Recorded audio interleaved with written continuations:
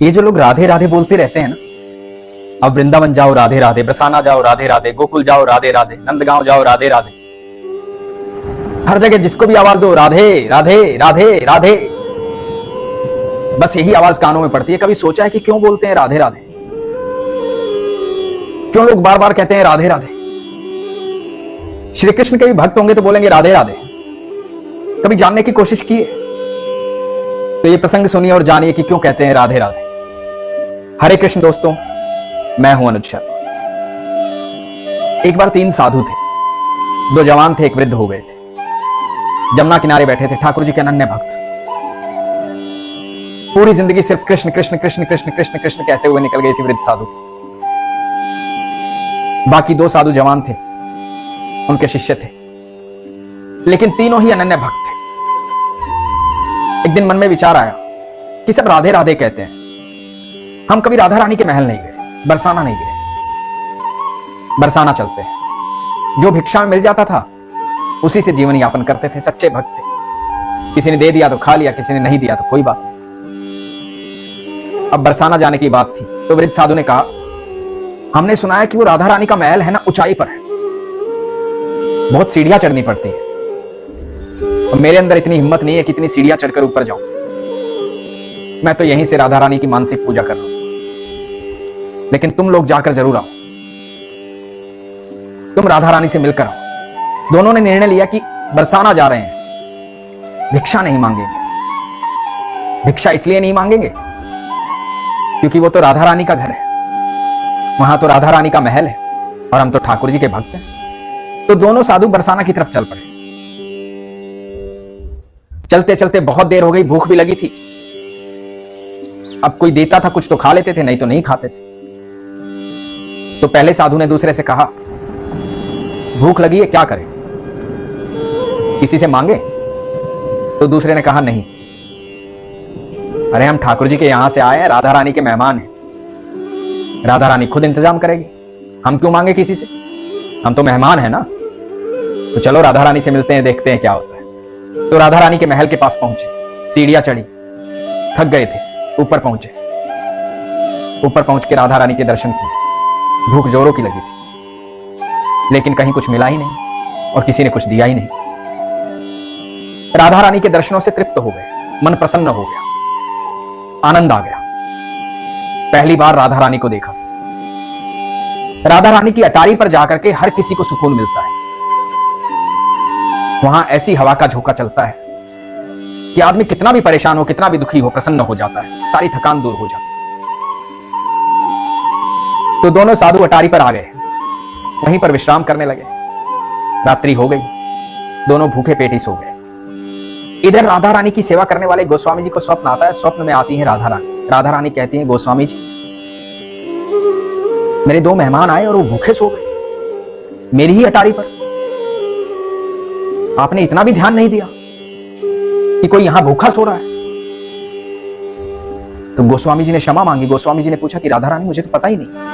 राधा रानी ने कहा, जाओ उन्हें भोजन करो, मेरी अटारी पर सो रहे, भूखे पेट सो रहे।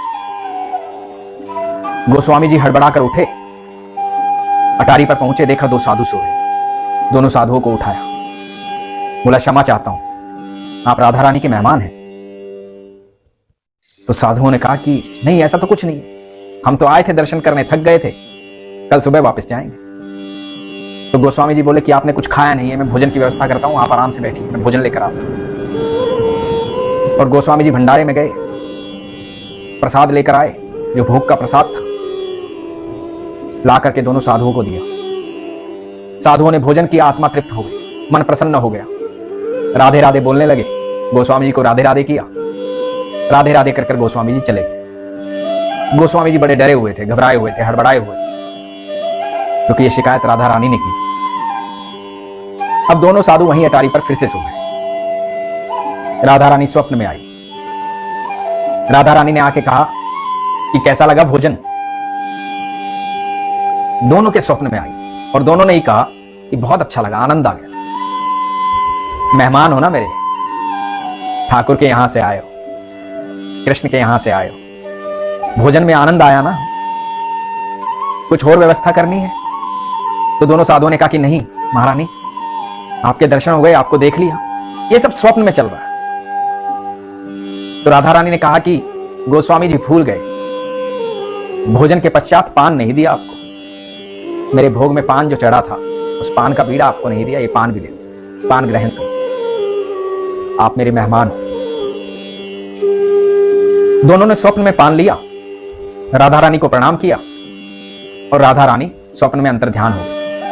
ये सुबह 4 बजे की बात है। दोनों की एक साथ निद्रा खुली, दोनों ने एक दूसरे की तरफ देखा, दोनों के मुख से निकला, राधा रानी आई थी स्वप्न में, पान दिया और दोनों ने देखा कि जहां वो सो रहे थे वहीं पर पान रखे हुए थे।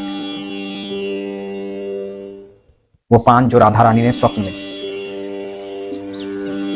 पान ग्रहण किया, जोर से राधे राधे चिल्लाए, उसके बाद कभी लौटकर वहां से नहीं आए, बस राधा के होकर रहे।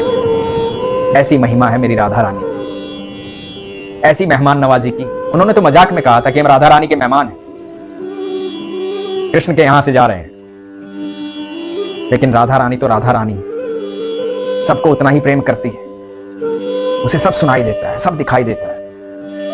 हमारे मन में जो भी भावना आती है हमारे ईश्वर के पास पहुंचती है, चाहे वो अच्छी हो या बुरी।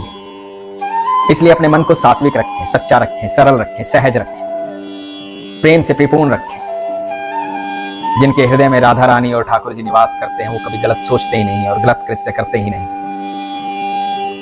हमेशा अच्छा साहित्य पढ़ें, अच्छी भावना रखें। आप यकीन मानो, जब भी आप सरल भाव से, सहज भाव से, बिना शंका की कुछ भी ईश्वर से मांगेंगे, कुछ भी उनसे कहेंगे, वो अवश्य सुनेंगे, अवश्य देंगे।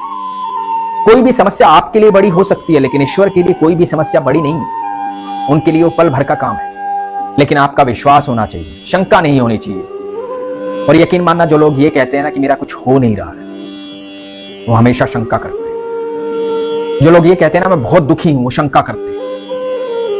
जिन्हें विश्वास होता है उन्हें हमेशा ये लगता है कि मेरा ईश्वर मेरे साथ है, मैं दुखी हो भी कैसे सकता हूं। तो इसलिए कभी भी ये शब्द अपने मुंह से मत निकालिए कि मैं दुखी हूं। विश्वास रखिए, सब कुछ बेहतर होगा, सब कुछ अच्छा होगा। ईश्वर आपकी बात सुनते हैं, आपके साथ रहते हैं। इसलिए हमेशा अपने विश्वास को मजबूत रखिए, अपना ख्याल रखिए। हरे कृष्ण।